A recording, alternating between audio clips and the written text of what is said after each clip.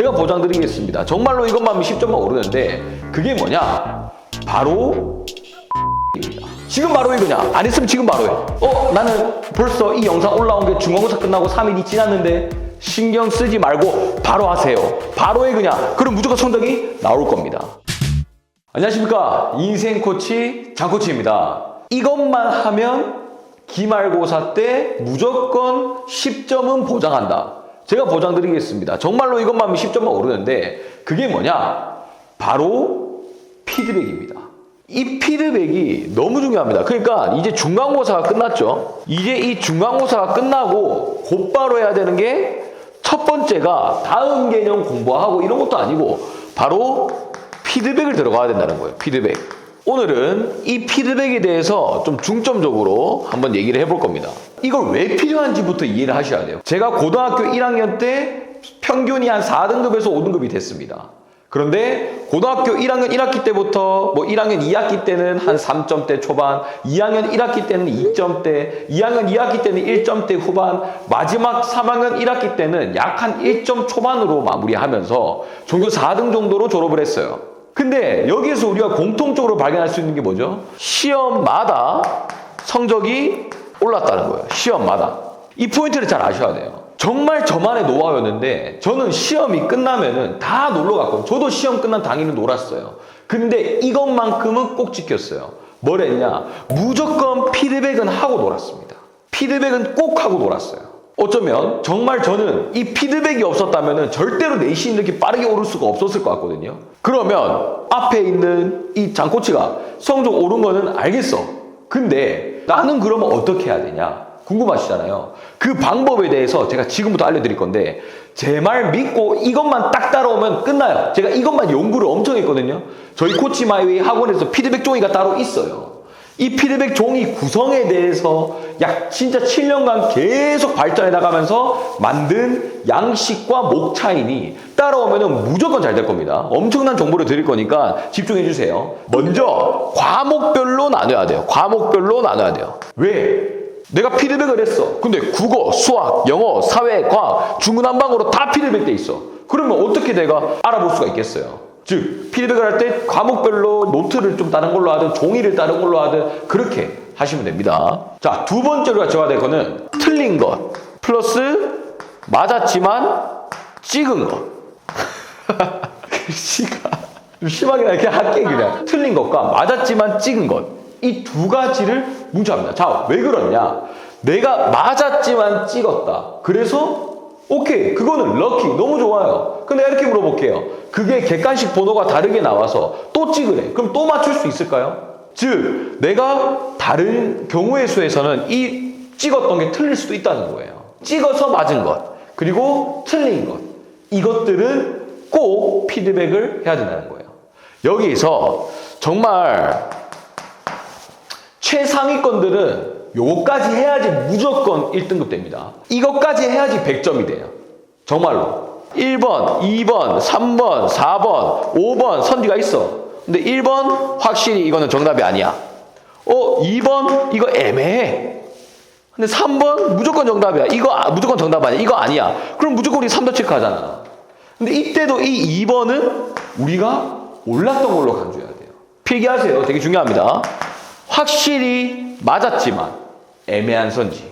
근데 이거를 찾기가 좀 힘들 수도 있습니다. 아직 공부를 처음 하고 메타인지가 아직까지는 막 이렇게 발전이 안 된 학생들 같은 경우에는 이게 어려울 수 있어요. 그렇기 때문에 그런 학생들은 틀린 것과 맞았지만 찍은 것 정도만 해도 상위권은 충분히 갈 수 있으니까 이까지 따라오세요. 세 번째, 이 맞았지만 찍은 것, 이 내가 모아놨잖아요. 이것들을 먼저 번호를 적어줍니다. 번호. 몇 번인지. 객관식 5번, 서술형 3번, 이런 식으로 번호를 적으면 됩니다.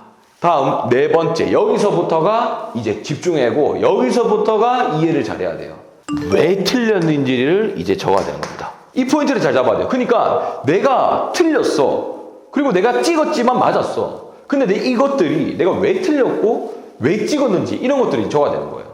크게 세 가지로 분류되거든요. 실수인가? 이해를 못했냐? 암기를 못했냐? 요 정도만 구분해도 돼요. 그러니까 내가 실수로 틀렸을 수도 있고 이해를 못해서 틀렸을 수도 있고 암기를 못해서 틀릴 수도 있는 거예요.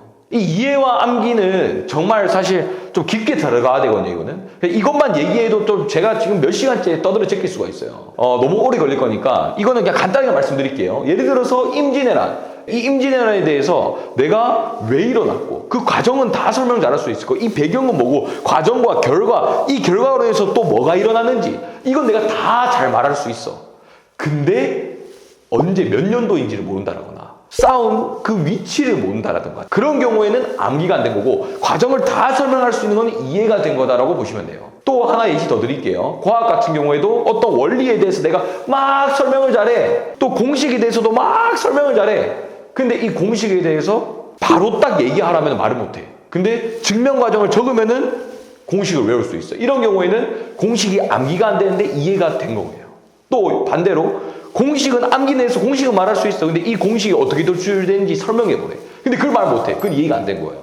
과정을 설명 못하거나 원리를 좀 몰라서 틀렸거나 이런 경우가 됩니다. 또 암기 같은 경우에는 이해는 다 돼 있는데 뭔가 명칭이 딱 그게 기억이 안 나가지고 내가 틀렸다라던가 그런 경우에는 암기를 모르는 게 되겠죠. 또 실수는 내가 옳은 거 고르라 했는데 옳지 않은 거 고른 거. 이거 혼나야 돼요, 이거는. 실수도 뭐다? 실력이다. 그래서 이런 식으로 왜 틀렸는지에 대해서 적어주셔야 됩니다. 자, 되게 중요해요. 이까지 조금 깊게 들어왔어요. 다섯 번째. 내가 오케이 이해를 못해서 틀렸고 뭐 실수로 못해서 틀렸다면 그 실수에 대해서 적으면 되는 거고요. 이해를 못해서 틀렸고 암기를 못해서 틀렸고 이런 경우가 있지 않겠습니까? 그럴 때 어떤 개념을 몰라서 틀렸는지 어떤 개념을 몰라서 틀렸는지 자 이게 뭐냐 내가 이해를 못해서 틀리고 암기를 못해서 틀린 거로 내가 이제 발견을 했어. 근데 발견을 했는데 근데 이해를 못해서 틀렸는데 어떤 개념을 이해 못했는지 어떤 내용을 암기 못했는지 그 내용을 적는 거예요. 예를 들어가지고 국어에서 어떤 시에 있는데 이 시에 이 단어가 화자가 슬픔을 간접적으로 표현한 단어예요. 오케이 이 단어가 화자가 슬프다는 걸 간접적으로 표현했다는 건 알겠어. 근데 왜 이게 간접적으로 표현했다고 말할 수 있는 건지 설명하라는데 그거는 설명을 못해. 그거는 그 뭐야? 이해 암기 중에서 뭐가 안 된 거죠? 이해가 안 된 거야. 내가 예를 들어서 어떤 공식을 몰랐다. 그럼 그 공식을 몰랐다 적으면 되는 거고요. 그런 식으로 어떤 개념을 몰라서 틀렸는지를 적으면 됩니다.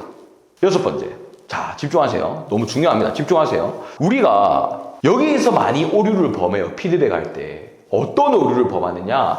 내가 이 개념을 몰라서 틀린 거는 알겠어. 근데 여기서 뭘 하고 있는 줄 아세요?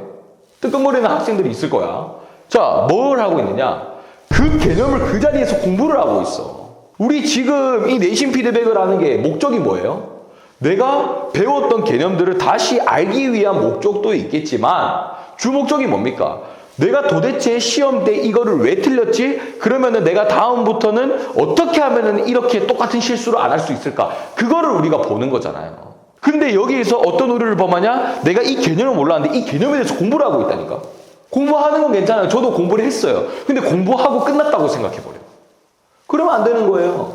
당연히 공부나 하면 좋죠. 근데 우리 목적은 내가 시험 때 이런 게 부족했구나라는 걸 인지하고 그거를 개선하는 게 목적이기 때문에 개념 공부만 하고 끝나면은 의미가 없어지는 거예요. 또 똑같은 실수가 일어날 겁니다.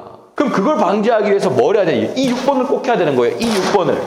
집중하세요. 필기하세요. 이거는. 내가 이 개념을 몰라서 뭘 몰라서 틀렸는지를 적었죠.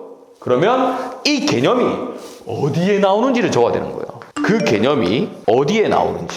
그래서 이때 준비물이 필요해요. 준비물이.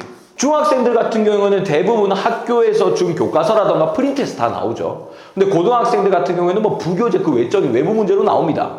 그렇기 때문에 두 가지인데요. 중학생들은 첫 번째만 봐도 다 될 거예요. 뭐냐? 학교 교과서 플러스 유인물. 고등학생 같은 경우에는 내가 시험 기간에 공부한 모든 자료. 이 정도가 될 수 있겠죠. 내가 공부한 자료들과 학교 자료 유인물을 다 갖다 놓고 도대체 이 5번 내가 찾았던 거 도대체 이 개념들은 어디에 나와 있었던 거야? 도대체 어디에 나왔길래 내가 시험 대비 때 이거를 확인을 못 했던 거야? 그거를 봐야 되는 거예요. 무슨 말인지 이해했죠? 그럼 6번 이게 그래서 중요한 거예요. 그러면 마지막 뭘 해야 되냐? 그 다음 시험 때는 어떻게 해야 할지 요렇게가 되는 거죠. 어떤 개념을 몰라서 찾았어, 그거를. 그 개념을 몰랐던 게 어디에서 내가 나왔는지를 찾았어. 예를 들어서 이런 경우 많아요. 국어 막 구석구석에 있는 글들, 뭐 교과서 구석구석 막 있잖아요. 더보기처럼 있는 거. 어디인지 찾았어. 근데 그것들이 왜 못 봤을까를 이제 생각을 해야 되는 거예요. 그래서 생각하면서 그러면 다음 시험 때는 이렇게 대비해야겠구나라는 게 나올 수가 있겠죠. 내가 구석에 있는 걸 찾았어. 근데 이 구석에 있는 걸 내가 보긴 봤어. 한 번은 봤는데 복습을 안 쓰는 거야. 안 중요한 줄 알고. 그럼 피드백이 내가 다음부터는 구석에 있는 거를 한 번 1회독 때 보더라도 그 다음 회독 때도 꼭 챙겨서 복습을 해야 되겠구나. 어디서 나오는지 내 스스로 판단을 해서 구석구석 안 보면 안 되겠구나. 이런 식으로 피드백을 해야 된다는 거예요. 무슨 말인지 이해했죠? 피드백을 하면은 그래도 다음 시험 대비 때는 내가 최소한 똑같은 실수하는 확률을 확 줄일 수 있을 거예요. 특히나 제 말 꼭 들으세요. 70점, 60점, 80점대인 애들. 그런 아이들 같은 경우는 이 방법 제가 시키는 대로만 따라와도 무조건 10점 오릅니다. 10점은 무조건 올라요. 그거는 제가 우리 학생들한테 너무 많이 해봐서 그건 내가 장담할게요.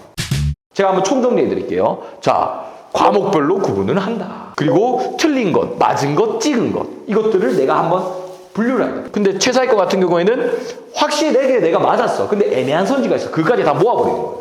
그 다음 세 번째, 번호를 적는 겁니다. 객관식 몇 번, 서술형 몇 번. 그 다음 네 번째, 왜 틀렸는지, 실수해서 틀렸는지, 이해를 못해서 틀렸는지, 암기를 못해서 틀렸는지 적어놓습니다. 그 다음 다섯 번째, 오케이, 내가 그래서 실수를 해서 뭘 틀렸는지, 어떤 개념을 암기를 못했는지, 이해를 못했는데 어떤 개념을 암기를 못했는지, 그렇게 내가 몰랐던 개념을 적어놓고요. 그 다음에 여기서 내가 뭘 오류를 범하면 안 된다 했죠? 여기서 다들 내가 이 개념 몰랐네. 그 개념 공부하고 넘어가 버립니다. 이제 이해가 더 잘 되죠? 그 개념을 내가 공부를 하고 그냥 넘어가면 안 되는 거예요. 왜? 우리는 다음 시험 대비 때 어떻게 해서 오류를 똑같은 거를 범하지 않을지를 고민하고 있는 거니까 지금. 뭘 몰라서 틀렸는지를 찾아냈어. 그럼 이게 도대체 시험 범위에서 어디에 있었던 건지. 여기에 있네. 찾았어. 그럼 내가 다음 시험 왜 내가 이거를 발견 못해서 틀렸는지를 적고 다음 시험 때는 그러면은 내가 어떻게 대비해서 틀리지는 않을지 그거를 적으면은 끝이 나는 겁니다. 만약 지금까지 제 내용이 이해가 됐다면은 꼭 한번 실행해 보시면은 좋을 것 같아요. 여기서 이런 궁금증이 생길 겁니다. 그러면 이거를 언제 하면은 가장 좋을까? 저는 언제 했냐면요. 좀 재수없는 말일 수도 있겠지만 고등학교 2학년 때부터는 많이 안 틀렸기 때문에 몇 개만 하면 됐었어요. 근데 다른 분들 중에서는 많이 해야 될 수도 있잖아요, 이거를. 그렇기 때문에 시험 끝나고 바로 하라면 어때? 밤샜을 때는 졸릴 수도 있고 또는 에이씨 막 귀찮아 막 하기 싫을 때 있잖아요. 제일 중요한 거는 시기를 얘기했을 때 베스트는 언제다? 베스트는 직후입니다. 직후. 시험 끝난 직후 바로 그 자리에서 피드백을 하는 거야. 근데 너무 많은 경우에는 그 자리에서 하기 좀 힘들 수 있잖아요. 그래도 그럴 때는 최소 2일에서 3일 안에는 꼭 하세요. 3일까지는 가지 마요. 내가 좀 천재다 3일까지 가도 돼. 근데 2일은 넘지 마십시오. 우리가 이 피드백을 하는 거는요. 느끼기 위해서 하는 거예요. 맞죠? 내가 피드백을 했어. 근데 못 느꼈어. 그러면 다음번에 적용이 되겠습니까? 의미가 없는 거야. 그럼 우리가 하는 이유는 뭐야? 느끼고 다음 때는 실수를 안 하기 위해서 하는 거예요. 내가 시험 때 틀린 거를 와닿아야 되고 기억을 할 수가 있어야 돼요. 내가 시험 대비 때 뭐가 부족했는지. 근데 제가 학생들을 보니까 3일 지나고 나면 다 까먹어버려 그냥.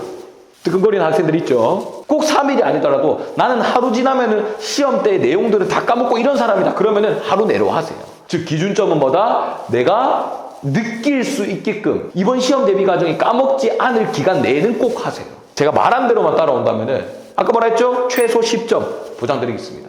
물론 했는데 다음 시험 때 적용을 안 하면은 안 됩니다. 안 하고 와갖고 막 저 영상 지금 사기꾼이네 이러면 안 됩니다. 근데 제가 말한 대로 피드백을 하고 그래서 내가 다음 시험 때는 어떻게 할지 실행까지 하세요. 그 실행까지 하고 나면은 무조건 제가 10점 보장해 드릴게요. 제일 중요한 거는 실행이다. 실행.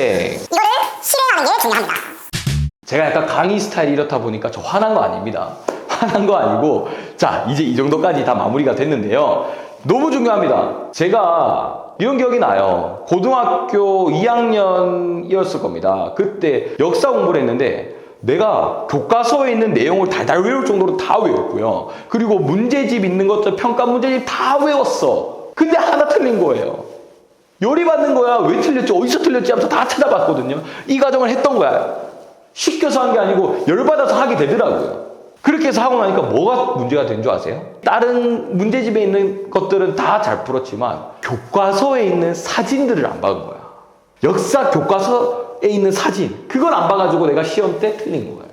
저는 항상 말하고 다니거든요. 시험 딱 한 번만 또는 두 번만 있었으면 전교 1등 했을 거라고. 왜 그게 자신 있는 줄 아세요? 내가 틀린 거에 대해서 피드백해서 똑같은 실수는 안 할 자신이 있었기 때문에 계속 올라갈 자신이 있었던 거예요. 점점 완성형이 돼가는 거죠. 나중에는 잘못된 게 다 사라지면서 완성형인 시험 대비가 되면서 1등급까지 갈 수 있게 됐던 거죠. 학생들은 꼭 따라하세요. 지금 바로 해 그냥. 안 했으면 지금 바로 해.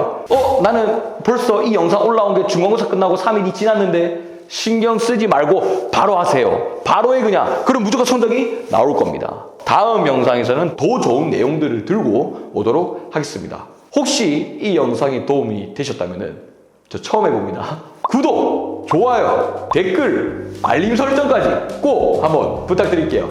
수고하셨습니다.